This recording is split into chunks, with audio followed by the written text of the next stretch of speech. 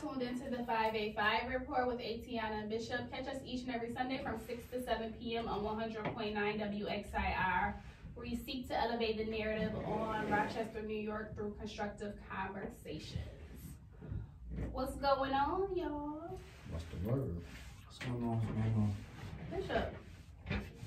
So, I was very nice today. Oh, Lord. And I printed a copy of questions for you, but... That's not in the email you sent me? Yeah, but I said I'll print them out for him today. But since Flip couldn't join us, he had a meeting. Shout out to Flip. Y'all both gonna be in a hot seat. Uh-oh. So I'm putting you in the hot seat. When did we discuss this hot seat on this session? Well, Flip, you left me. Flip, you left me. it's okay. Oh my Lord. Flip left me. Y'all could both be in a hot seat, but I was in the hot seat this weekend. I saw the pictures. I want to see the footage. Why you laugh like that? Because it was a good time. Kat, shout out to Kat. She's a lawyer that works with us on the mock trial. What I did with my students. She just inboxed me and asked me, was I interested in being on a panel discussing Black love? And I was like, Black love, huh? I started to say, girl, you don't really want me on the panel. I was gonna say, did she Check my credentials. Did she ask you about your Black love experience? No, she didn't, but it was good because it was people like of all ages there. You had some younger folks, you had some middle-aged folks, and you had some older folks, and just discussing our experiences. It was good. It was eye-opening.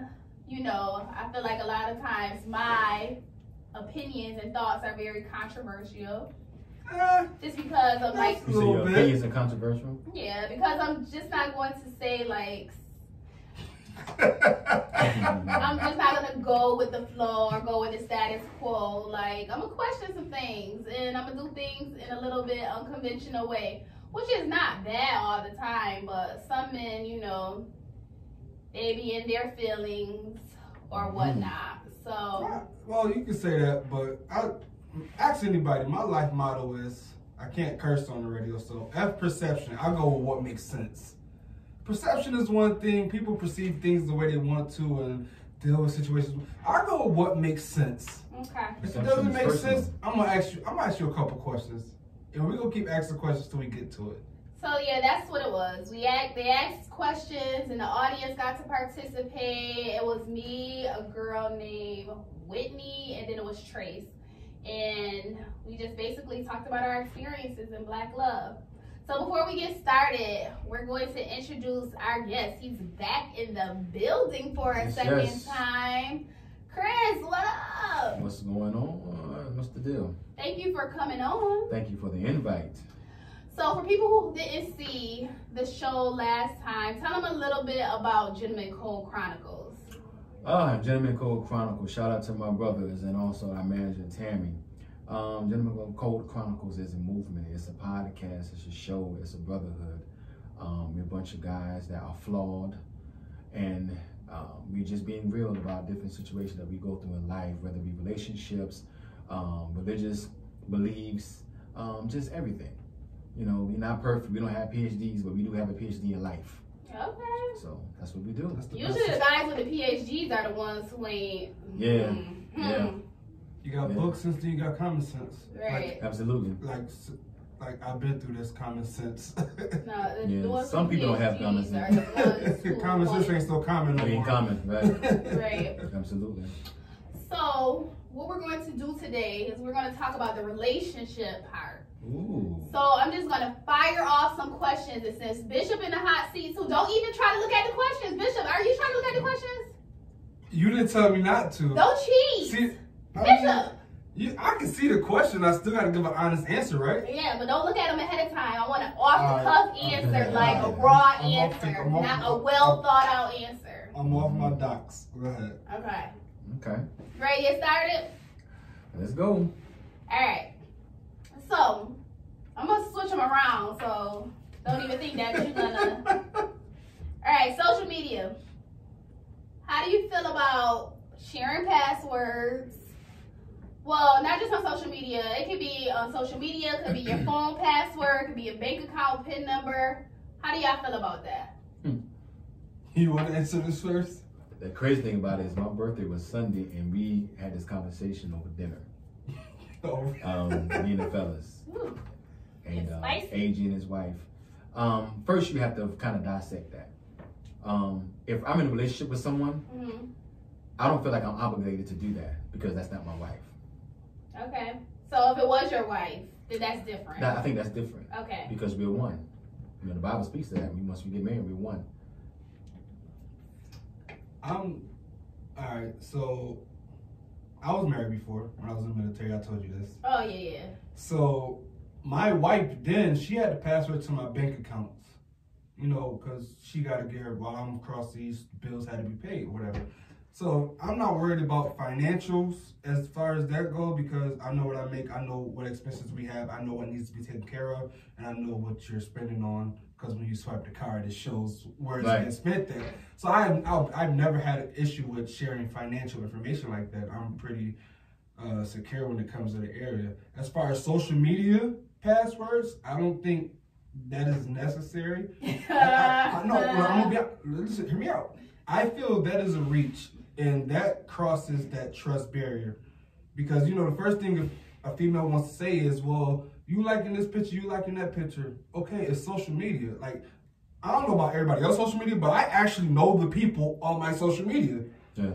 So it's like, and if you want to check my phone, you can have my phone password, but I wouldn't give it to you because I'm not hiding anything, but me and my friend's conversation isn't your business. My friend might be going through something where it's between like the brotherhood. Like it's just something that he needs to, my friends aren't your friends. Let's just put that out there. And I don't think that all of your friends' conversations should be seen by the person you're dealing with. Okay. I think that's crossing a major line. Like, I don't want my friend to come over and we talking and then she jump in and she know everything that's going on, but he told me in confidence and she knows because she was on my phone. Right. I just feel like there's certain lines you can't cross when it comes to passwords. First of all, listen to the wording. Social media. You're being social in Yeah. a media outlet. You know, I think, like for instance, if you go to a club or something, you're being social. Hey, how you doing? Hey, how you doing? You look nice. You're beautiful. Da da da da. You're being social. Do the same thing. You know, I think just a lot tap of to the people, button. yeah, I think people take it a bit too personal, man. So when does disrespect, when does liking and being in someone's DM, when does it become disrespect to the other person that you're with? What you mean? As far When you're as- in a relationship.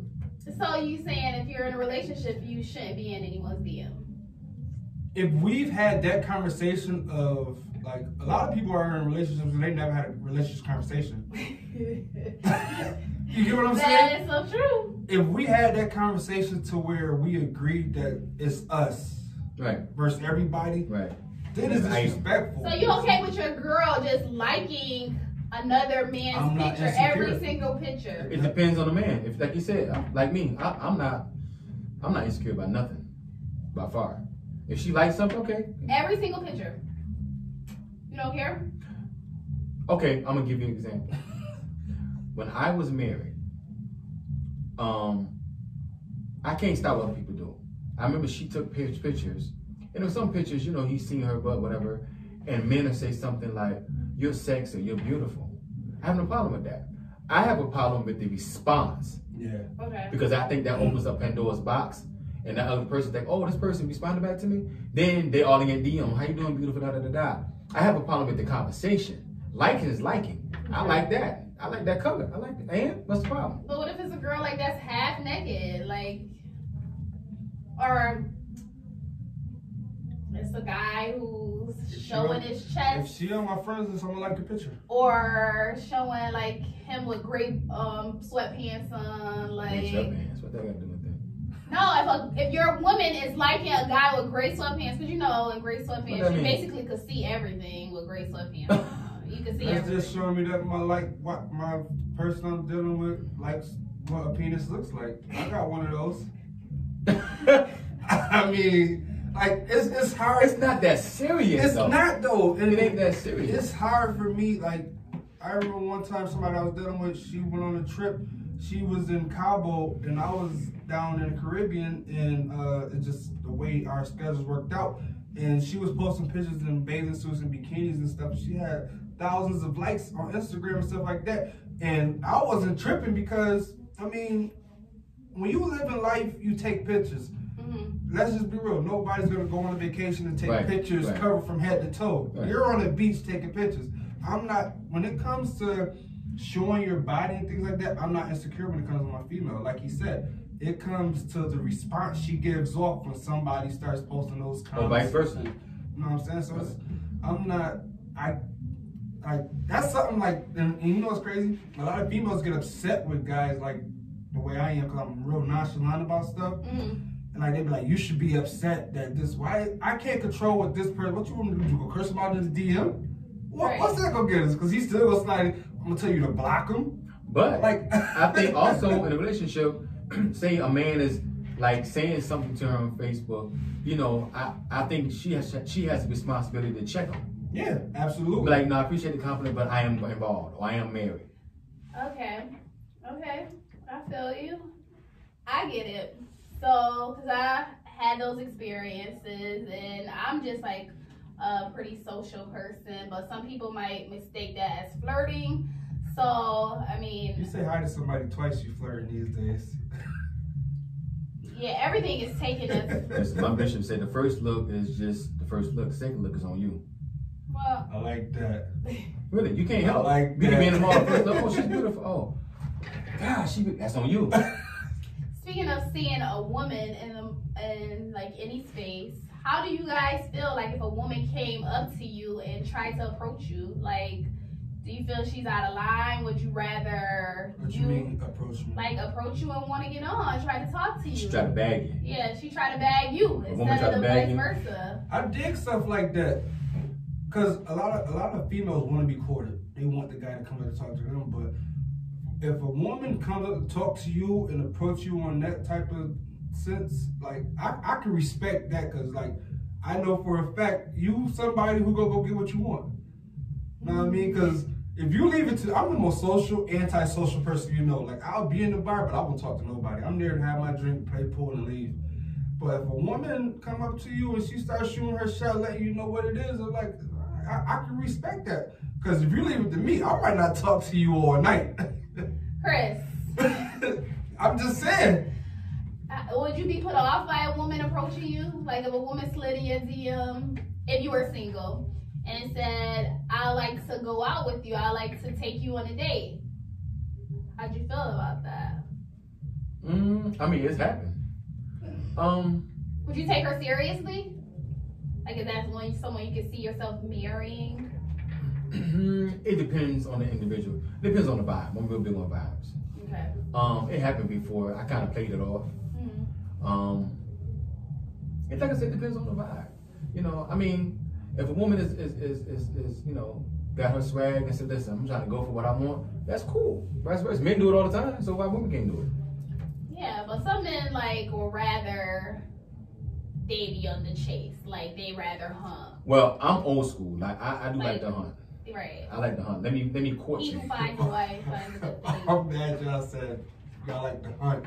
Don't get me wrong, that's what it is, because I mean, let's be real. That's what men are. Men are hunters. Natural hunters. I'm old. I'm up in my 30s now, so you know. You said you're old? I'm older. Oh, I was about to say, no, don't like, even lump me in the old category. No, what I'm saying is the younger me, I was turned on by the chase, but once the chase ended, it was just like, okay, I needed to chase something else because it was the thrill. It was the rush that I got off. Like, it took me like, one time it took me like 8 months to bag a chick. But the things we did. You are mad you counted a month. Listen. And you want to know what's crazy? We was together for 3.5 years after that. But she canceled a lot of dates. I canceled a lot of dates, but it was a constant It's a constant chase of, okay, we're going to get this right soon. I'm going to get you soon. I'm going to get you soon. We're going to make this happen soon. After 8 months, boom, we kicked it, and the vibes was legit real. Like, the vibes was there, and everything just fell in place, and we mutually separated. This is when I was in the service or whatever. But the chase is definitely, the chase is real. I mean, like I said, the chase thing is cool, but if it's right, it's right. You just can't deny it. You can't deny what God ordained for a man to love a woman and vice versa. You can't stop that. If it's right, it's right. What else has to be right for a relationship to be considered a healthy relationship? What else has to be right? Yeah. You have to be right in your mind. You got to be right with yourself. With yourself, mentally, you have to be mentally there. A lot of people, they get in these broken relationships because they're not right with themselves first. If you're not right with yourself, how can you be right with another body next to you? Excuse me, constantly telling you this, telling you their complaints, telling you their feelings and emotions when you're carrying your own. You can't give yourself to that person fully because you don't know what you're giving because you don't even know what you got to give. Well, just to play like a little devil's advocate, we all come into relationship with stuff, with baggage. We all have it. Like everybody got something. Like everybody has something. Do you feel like it's your responsibility to help your partner unpack that baggage? What type of baggage we talking about? Anything. I don't think, like I said, everything, like you said, everybody comes with baggage. I don't think it's the person's responsibility to unpack, but I can help you carry it. You agree? I can help you carry it. Depending on what the baggage is, I'm not gonna lie, cause some luggage is a little heavier than others. If it's a carry-on or two, yeah.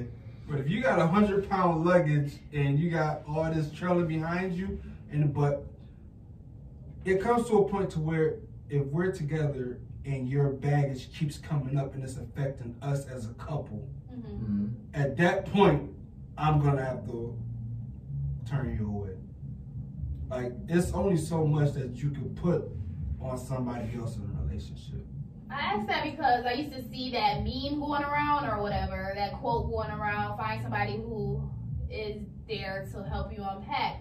But I feel like that's not your partner's responsibility. I feel like it's your responsibility to be whole. So whatever that means to you. Who is whole? True. I mean, true. Yeah, some of us, some of us striving to be that. Yeah, but I'm saying some of us are closer than others. So it's your responsibility to work to get there. I should say it like that. So whatever that means to you, whether it's going to counseling, whether it's, I don't know, whether it's just basically facing whatever you're going through. I feel that's one of those conversations that nobody want to have that you should have before y'all get to that point. Exactly. Like, that's good. A lot of people, you know, like I always talk about, I'm going to speak about those conversations that's uncomfortable.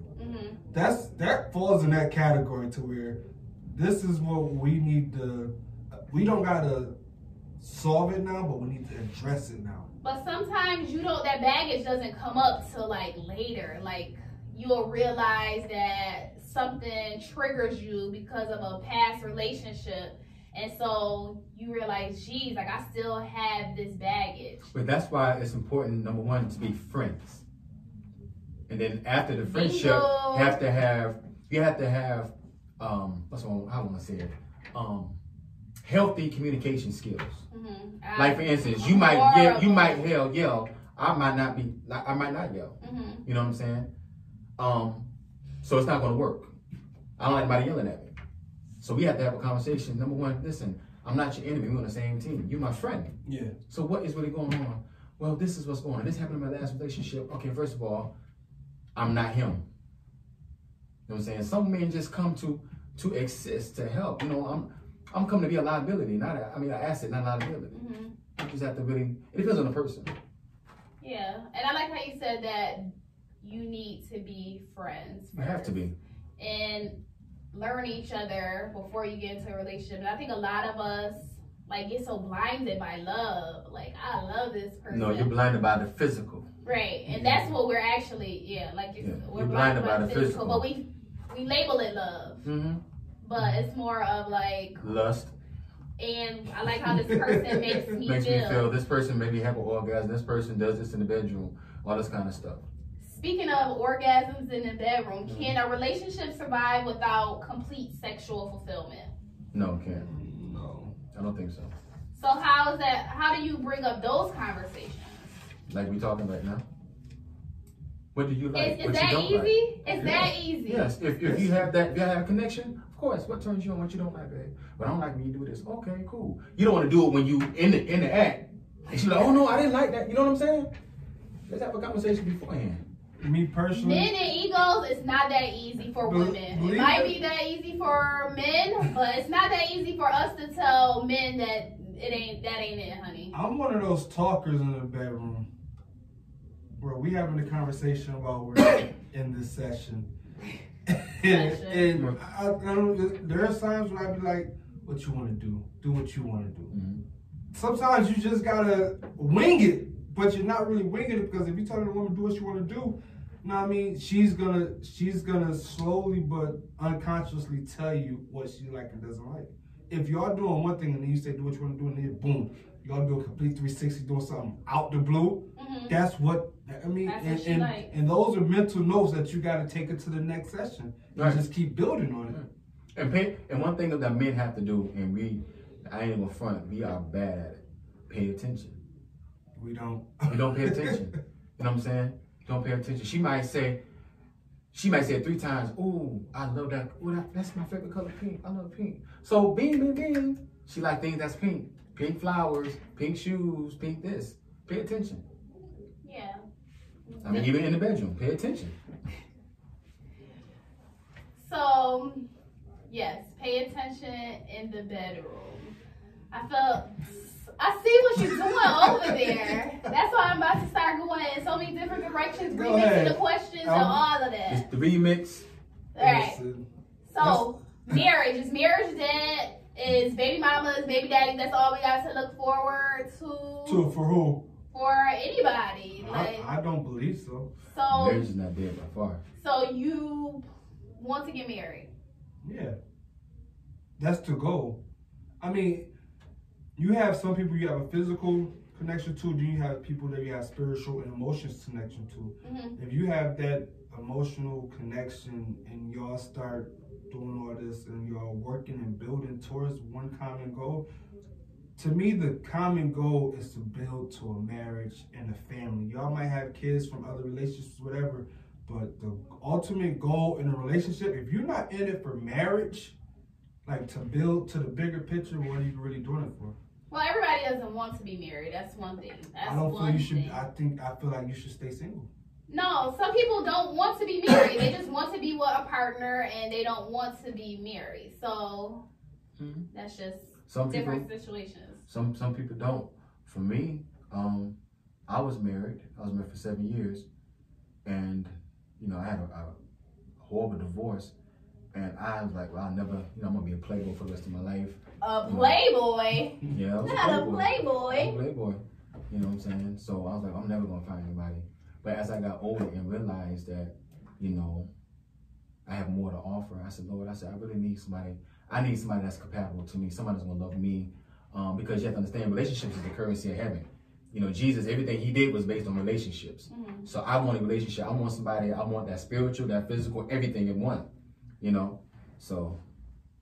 But we're taught to be ladies. Like, the vixens, they get all the attention. The video girls, the Instagram girls, they get the money, the good life. And they single.